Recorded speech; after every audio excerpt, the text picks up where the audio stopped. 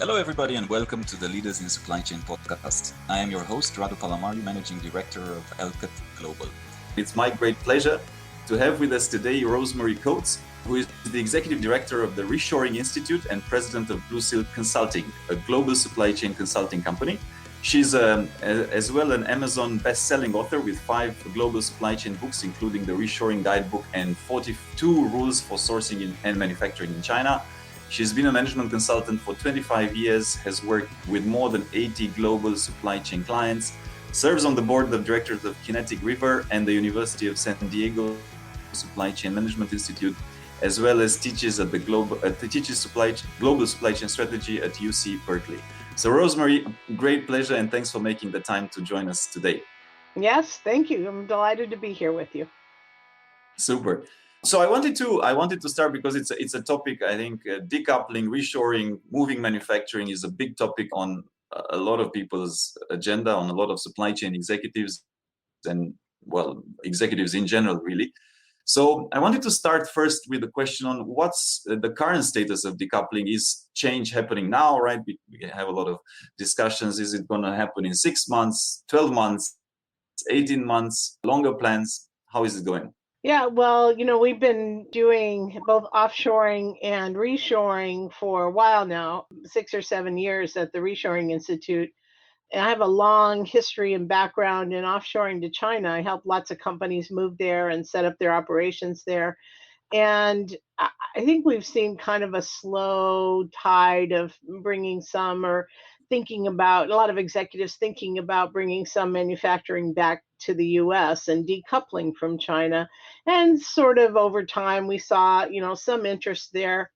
But the global pandemic really, really kicked it into high gear. And so now we see an awful lot of companies are coming to us and asking for assistance as well as designing a new global strategy. So yeah, there's some decoupling. There were a few things over time that in the US, the tax rates were extremely high on manufacturing. So in 2017, Congress passed a law to reduce the tax rate on manufacturing. And that helped a little bit, although, there was an expectation a lot of manufacturing would come back because of that. Unfortunately, that didn't happen. Reducing the tax rate didn't cause big investment in manufacturing as we expected. It just lowered the tax rate for manufacturers. And then the tariffs, of course, starting the trade war has been a huge burden on manufacturing in the US. So some Americans don't quite understand the economics of it, but essentially an import tax or a tariff like that is a additional burden on anybody who's doing importing, which translates into most American manufacturers import either products or at least parts, some assemblies and so forth. And that burden was borne by them. And, a lot of manufacturers try to pass it on to customers, but a lot of them just absorbed the additional cost. And so that has been, a difficult pathway for most manufacturers in the US. But the pandemic, oh man, it just caused manufacturers to sit up and take notice and understand where they have so many risks and liabilities and not enough inventory and manufacturing the wrong things for the marketplace. And it just created all kinds of rethinking and strategy. So now we're seeing a pretty significant wave in companies considering decoupling or designing a different kind of global strategy. So maybe it's a China plus one, or bring some parts back to the US, or just thinking about regional manufacturing. There's all kinds of pathways, I think, but clearly a change is in the wind for sure. And I was talking just yesterday with one of our clients who runs a big international transportation company in the region in APAC, and he was saying that in retrospect, right? I mean, actually, he was quite shocked that a lot of companies, had 3 providers somewhere in a small town, well, not so small, maintaining proportions in China, and they never thought that, well, there's a risk that if something happens, what do we do? So indeed, now the China plus one or something to that extent is in the books for a lot of companies if they didn't have one. I wanted to ask specifically, how do you see things in 5 years down the line, right? It's a question that we received before we recorded this, because specifically, how much of China for China is made in China? How much is exported from China to other markets, US, of course? How much is, US for US? How do you see these dynamics playing out? Yeah, so as you introduced me, I run the Reshoring Institute, and we're a nonprofit organization that helps companies think about their global manufacturing strategy. And it's sort of misnamed because it isn't just about bringing manufacturing back to the US. It's really about designing a global strategy. And I think, companies are taking that step at this point. But in the manufacturing world, nothing happens overnight. It takes a while. So when you ask, what do I see 5 years from now, or 10 years from now, or 20 years from now, I see that there's an evolution going on in manufacturing. So it used to be, my clients would talk about the lowest cost they could get. Could I help them move to China, find sources there, because there was a general perception it was lower cost. Today, those same executives are saying, how do we mitigate risk? Which is a different question. So, it may mean that some operations are more expensive. It may mean that they're moving to different regions. So there's, that pathway. But then I think there's also a higher level of recognition amongst executives about their global marketplace.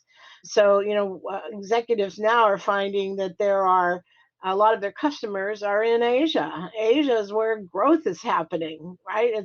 It's not happening that much in the US or Europe or other traditional countries where we looked at growth markets, but it's all over Asia. So, doesn't it make sense to at least keep part of your manufacturing in Asia?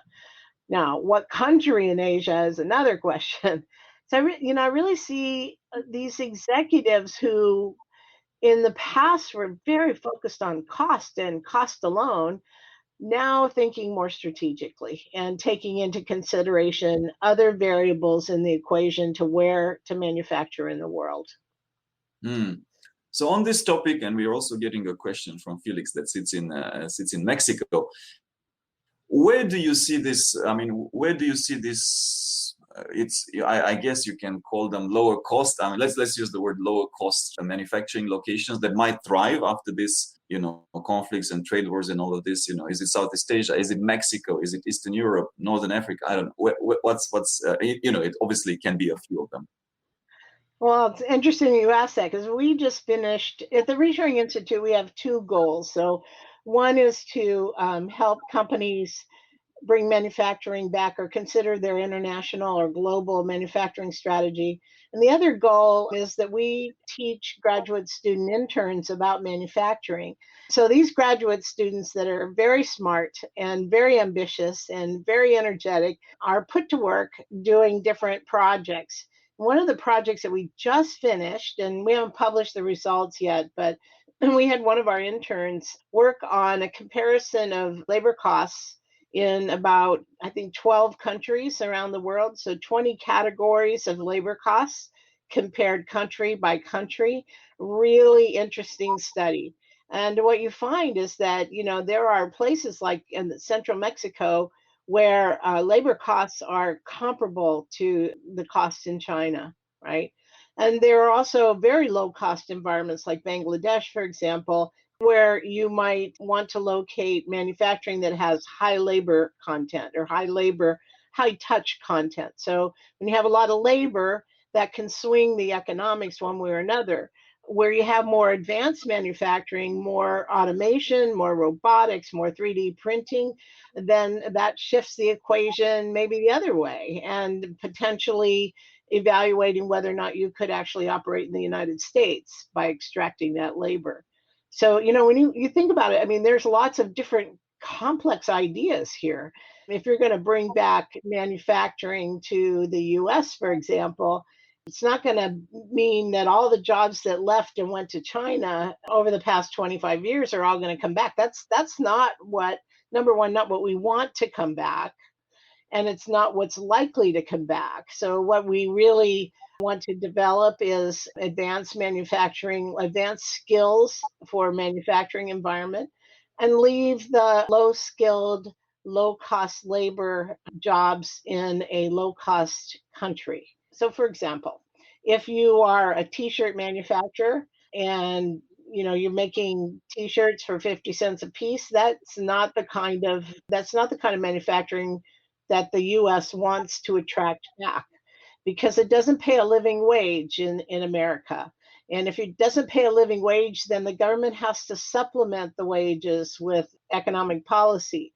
So, what we want to do is shed that lower level, lower skilled labor to developing countries where it makes a difference for them to put people to work at low costs like that.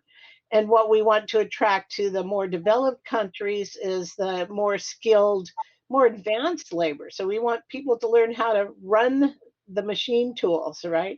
Or run the computers or run the robots or be able to repair the 3D printer. So, those are higher level skills, right? So you have to, this is where I think people miss the boat, is they don't think about the whole ecosystem around the world. It's not just one country or one manufacturing sector or one microcosm. Now, we live and operate in a global environment, and you have to really consider, all the aspects of it. Really, you have to think about these bigger ideas and how the economics push results around the world. And uh, to this point, and also there's discussion relatively recently, and then if you talk about high tech or manufacturing, I don't know, laptops, for example, electronics, it's a pretty complex ecosystem that was built over time. You have the manufacturing plant, let's say, is probably the easiest to take it from wherever it is, China, Southeast Asia, or whatever, Japan, put it somewhere else. But the whole ecosystem around that plant, from the logistics, the roads, the ports, the trade and regulations and government support skills, is not that easy to talent to operate the plant is not that easy to translate, and there's been whole ecosystems that have been created. So how do you see, and at the same time you have the trade war, right? So then there's different tariffs that have come into play and all of that. How do you see this playing out on the long term? Because this is not at all easy to just overnight pack your bags and go. Well, so the pandemic really caused manufacturers and the population, particularly in the US, and I'm sure it was true in most of the world, to consider where they had shortages and where they couldn't meet demand. So let me give you a couple of examples. So both laptops and disinfectant wipes, so a Lysol or a Clorox wipe that you use to kill germs on surfaces, those are two products that were in very short supply. And of course, we know PPE and respirators and all of that. And that sort of got straightened out, I think, in general, fairly quickly, within a month or two. But laptops are still in very short supply. And disinfectant wipes, I live in Silicon Valley, and I cannot get disinfectant wipes. Sort of my pet peeve these days, because it's a very simple product. It's in a plastic bottle, right? And it's like paper towels inside in a Clorox solution. Very simple, very easy to manufacture. And yet we cannot meet the demand after 9 months, right? It's just so frustrating to me, because our supply chain people should be good enough to get those things out in the marketplace fast, but they haven't been able to. Now, when you look at computers, laptops in particular, they are also in very short supply. And that's because, all our students are working from home. All of us are working from home. And there's a very high demand, especially for low-end laptops for students. And they're in very short supply as well. But when you think about the complexity of a laptop, right? So you've got engineered products, you've got electronics in it, you're going to need rare earth elements for wiring, and you need circuitry. And I mean, this is complicated. While a laptop may seem like it's pretty easy, the supply chain is quite complicated. And so what's happened is the supply chains have developed all around those manufacturers, like you were saying. The whole ecosystem for manufacturing a laptop, may be located in one geography in order to support, Lenovo or one of the big brands, Samsung. And it's not so easy to just pick up that manufacturing and move it to another location. So you think about that versus the Clorox wipes, which you should be able to manufacture anywhere, right? I mean, in any location all over the world and supply easily produce supply to meet the demand. And we're not been able to do that. So I think, when I take a step back and think about this, it's frustrating to me that we don't have better supply chain people out there, to quite honestly. I mean, I think, supply chain professionals need to, think about how well they performed during this. It's time people sat up and took notice and understood they need to be more thoughtful, think more strategically, look for risk avoidance opportunities, plan for mitigation of risk and other things, other events that are going to happen. Right now in America, we're in California, we're dealing with these horrible wildfires, as I'm sure you've seen on the news. And in the Gulf Coast, in the southern states, we're in the midst of having a terrible hurricane that's flooding all kinds of things. When these kind of disasters happen, obviously there's shortages of all kinds of stuff all over the place. And it behooves supply chain people to think about this as a potential risk. And what products do their companies produce, and what should they have on hand, and what can they expect? And, we know there are fires and hurricanes every year, so we ought to be prepared for that, right? So, supply chain people have got to develop on and think strategically at a higher level instead of traditionally we've been really focused on execution. Now it's time to think about strategy. Oh, indeed, could not agree more. And I think that there are a lot of very good professionals and supply chain executives that have stepped up to the challenge, and also the companies now, if anything, COVID-19 has definitely helped elevate the importance role, and has woken up boards in general and CEOs. Supply chain is critical and mission critical to our business. Otherwise, we might just go bust because we can't deliver to our clients. I saw a statistic and I wanted to run it by you. I also see some questions coming in. I think there was like 30 or 35%, a super high percentage of companies. I'm not going to quote the research company name, but it's a reputable one. But to me, it made no sense, saying that 30 to 35% are already moving out of China. And I'm like, gosh, in the middle of COVID-19, you're going to do that? Because there's, one, you have COVID-19, right? And two, it's not that easy to go, right? So I guess my question is, what are some of the hurdles to do that, right? Because I know that you specifically researched on that and you wrote extensively on that. So I'd like to touch upon that point. Yeah, this is an area that a lot of people overlook. So, for example, when we are helping our client to think through the possibility of reshoring, we always turn around and say, let's take a look at where your operations are. Are they in China? And if so, do you have a factory there and you employ people there? So that's the first place to start. Because as you may know, in China, most workers are on an employment contract. And so if they've signed us, let's say you hire somebody, last month and they're on a 2-year employment contract, and then you decide to shut down your operations, you have to pay to the end of that contract, right? And not a lot of executives don't think about that, or they're like, oh, there's cost involved. So that's one big hurdle. Another hurdle is getting a permit to leave. So as you may know, it's not that easy to move out of China if the Chinese government doesn't want you to leave. So you have to get a permit to leave or close down your operations there.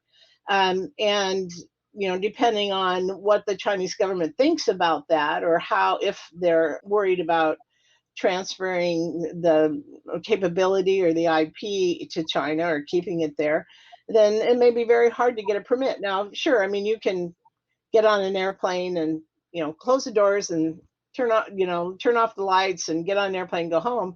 But if you do that and you violate a Chinese law or a regulation, you may never be allowed to come back. And as we talked about before, with the enormous growth rate in Asia, you shouldn't shut that door, right? You may want to come back at some point in the future. So that's, another thing that's not taken into consideration. And then the other thing that I I've had some tough conversations with CFOs about, and that the machine tools and dies and mold, things that you have either shipped to China and you have some contract that says you own this stuff, or they were made for you in China. So this happens a lot too with molds, is they're much cheaper to be made in China. And so they're made in China, but you've paid for it. And so you think you own it, right? Wrong. Gee, even if you have it in your contract, it's really, really hard to get that stuff out of China. It's really hard to export it. And so you may have to just write off all that investment. And here's the other problem is if you have outsourced the development of a mold or some kind of tool or something to a company in China, they own the blueprints, not you, right? So, it's a complicated situation and may be very expensive as a result. So that's another issue. And, I could go on and on about leaving China, but, I would say the thing that I would want people to take away is to just understand that it's not going to be as easy as you think. And you probably need help to extract yourself from another country. You need to be careful about it. And tell us maybe some case studies, because I know that you worked across, and you have a lot of, examples. And I know we joked a little bit about the big ass fans and so on. And you work with GE and you work with some of the global brands as well. So maybe give us 1 or 2 or 3 examples, that you've helped in recent times. What worked, what didn't work, what was challenged. Sure. So let's take WaterLogic. That's the most recent case study. We have a huge website where we publish all of our research, all of our case studies that we develop, all of our white papers, everything's there. And you can download all this stuff for free. So I would encourage people to go to the website, which is reshoringinstitute.org. But WaterLogic is if you look at our case study page, it's the first one that pops up. They are UK-based company. They make water purification equipment like a fill station. So like you fill up your water bottle at the airport, with a fill station or in the break room. They make that purification equipment. And they have an advanced technology that uses ultraviolet light to purify the water at the point of dispensing. So most water purification purifies further back in the process or in the pipe. And they purify at the point of dispensing, which makes the water much, much cleaner, much better. So, it's really breakthrough kind of technology. So they are headquartered in the UK, and they've done very well across Europe. They're well known and have extensive operations in Europe. And they have been manufacturing in China. They have a very large factory in northern China.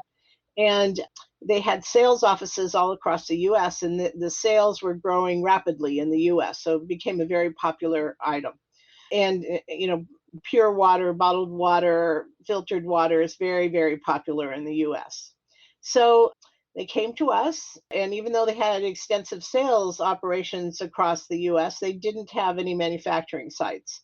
So we helped them over about a year to not only find the best location for them, but also to look at labor cost, tax incentives, government incentives at the state and local level. So the US is different, other countries, the main government or what we would call the federal government provides incentives, but in the US it's almost all local. It's all local incentives, state incentives. So the setup is different. That means you have to, look for 50 different states and, all these local environments. And it's much more complicated. So we did that. We also helped them find suppliers in the US. Like we were talking about before, your ecosystem has to come with you. So they were essentially sourcing everything from Chinese suppliers. So we had to find suppliers in the US that could make some of their parts. And we helped them establish a new manufacturing site near the Dallas-Fort Worth Airport, which is a huge international airport in the middle of the US. So, that was a big success story. And they did set up manufacturing, consolidated all their sales offices, and they're doing very well, very well. Another, I'll tell you about a failure. How's that? So a couple of years ago, yeah, we have some of those too.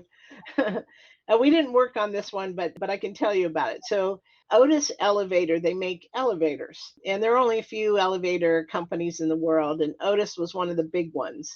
They were manufacturing in Mexico and decided to set up manufacturing operations in South Carolina, so the southern part of the US. And so they found a location in a little town called Florence, South Carolina, where they had a pretty high unemployment rate. They had a low labor costs. They had incentives, everything looked great. And so they built a new factory and was automated and had a lot of new equipment in it. And they sort of opened the doors and there were no workers. So even though they had a high unemployment rate, they didn't have workers with the right skills they needed. We were talking before about advanced manufacturing and the skillful jobs that require different kind of training. Well, they just weren't there, and this company Otis had not prepared very well. They hadn't tried to find training facilities so people could be trained to work in the factory. They just hadn't done that homework. And the other thing that they did is decided to implement SAP software at the same time. So Oh, wow. I know. Those of you who know SAP know, that's like, wow, really? I worked for SAP for 5 years, and it's great software, but it's complicated and it's not easy to install and to teach people how to use it. So they tried to do that at the same time as they were opening a new factory, which is just insane. So, they stumbled along for over a year. They lost $60 million. I think the CEO was fired. They were written about extensively in the Wall Street Journal about this as being a failure of reshoring. So they tried it, but they didn't plan very well for it. And that's the danger. If, a company's going to try to move their manufacturing somewhere else or bring it back to the US, it's hard work. Right? It's a big project and it's hard work, and you don't just snap your fingers and make it happen. It really takes effort. And I will want to ask you, and we have one side of the business that is executive search, and we get a lot of requests in recent times. Okay, digital skills in industry 4.0, automation, robotics. Okay, get us the people. Well, yeah.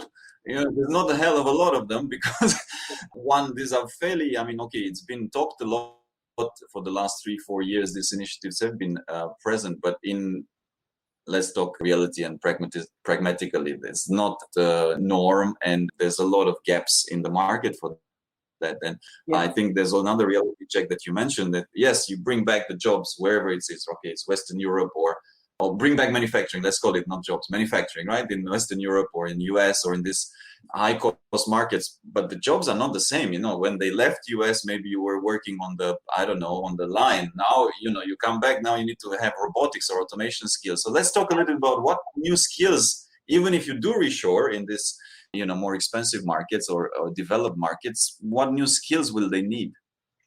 Yeah, so that's a really excellent point. I think my grandfather was a metal worker. They made drinking fountains at a company called Hawsey Taylor in Warren, Ohio, in the Rust Belt of the U.S., the northern U.S. And I can remember he'd come home from work and he was dirty and smelly, and his hands were dirty, his fingernails, and it was kind of gross. That was my perception of manufacturing. He was in manufacturing. And I think about that sometimes because fast forward to today, that is not at all what manufacturing looks like anymore, right? I mean, I live here in Silicon Valley, and if you go to a manufacturing site here, you have to get in a bunny suit, a complete electrostatic suit and headgear, sometimes respirators if they're worried about the air particles when developing wafers or something like that. And by and large, most manufacturing, and I think this is true around the world, most manufacturing involves computers of some kind or another. So you might be running a machine tool, but you have to program that machine tool. Or you may be running a robot that is welding on the line, but you have to know how to fix that robot if it breaks or it does the wrong thing, or run a 3D printer or something like that. So yeah, I mean, exactly. The skills have changed. And I think, education has to change along with it. In some cases, it's not a jobs problem, it's an education and skills problem that we need to address and, move up the sophistication level in the manufacturing environment. If you've got kids, and I know you do, encouraging them to focus on STEM education, I think is very good. So, science and technology and mathematics, this is important because we're leaning towards more of those kind of skills in a manufacturing environment than other kind of soft skills.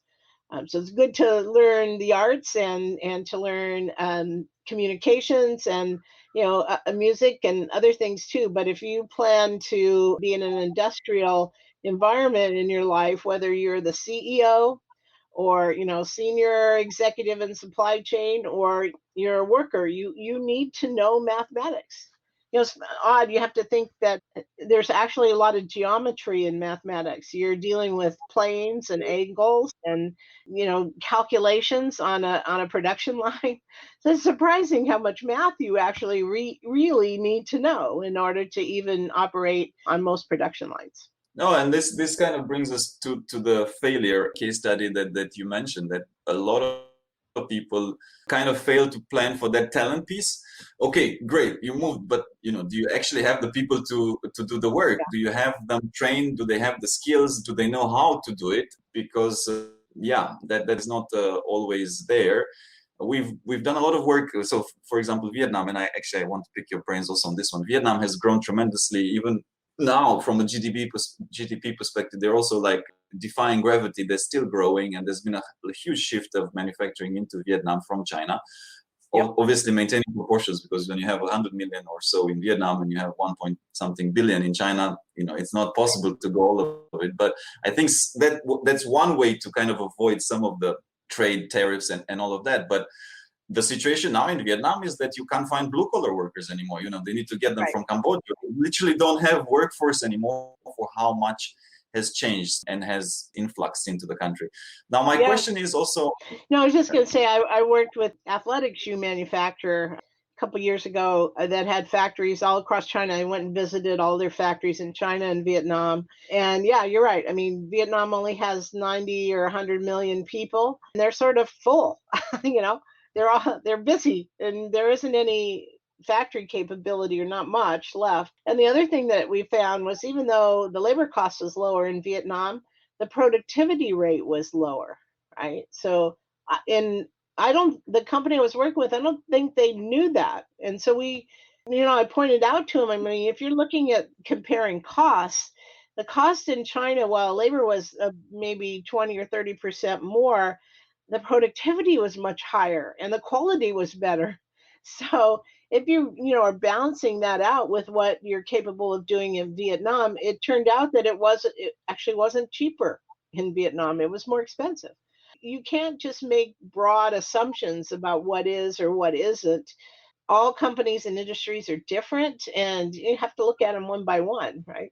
So there's some trend stuff out there, but by and large, every company is individual, and you have to think about it as an individual.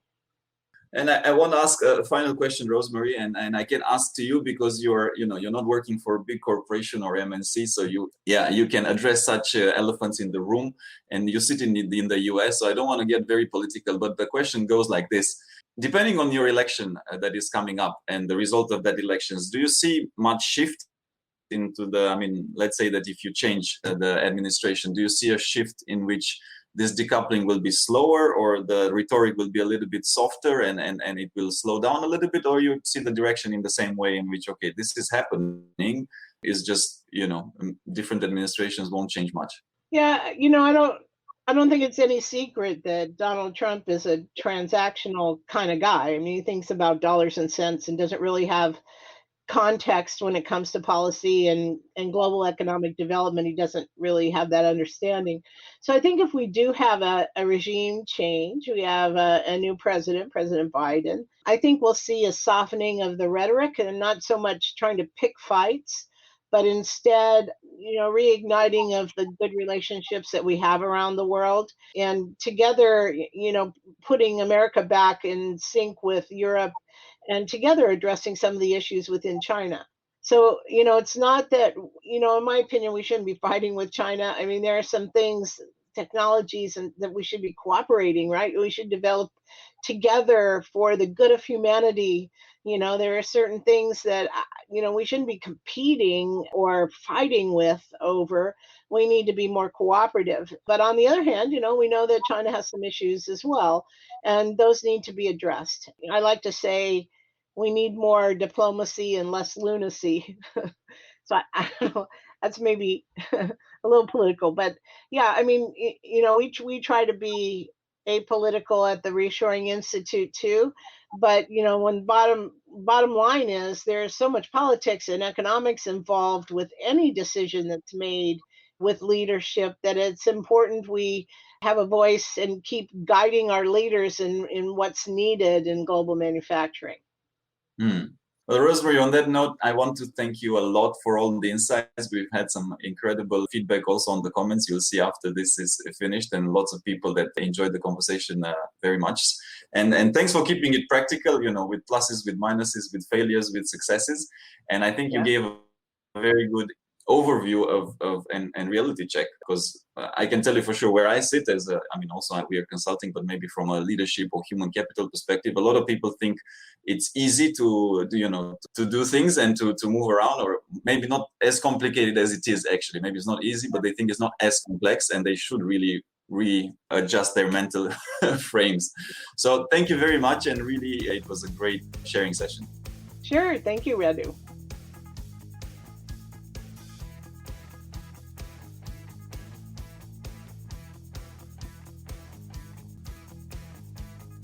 Thank you for listening to our podcast. If you liked what you heard, be sure to go to www.elcotglobal.com and click the podcast button for all the show notes of the interview. Also, subscribe to our mailing list to get our latest updates first. If you're listening through a streaming platform like iTunes, Spotify, or Stitcher, we would appreciate a kind review. 5-star works best to keep us going and our production team happy. And of course, share it with your friends. I'm most active on LinkedIn, so do feel free to follow me. And if you have any suggestions on what to do and who to invite next, don't hesitate to drop me a note. And if you're looking to hire top executives in supply chain or transform your business, of course, contact us as well to find out how we can help.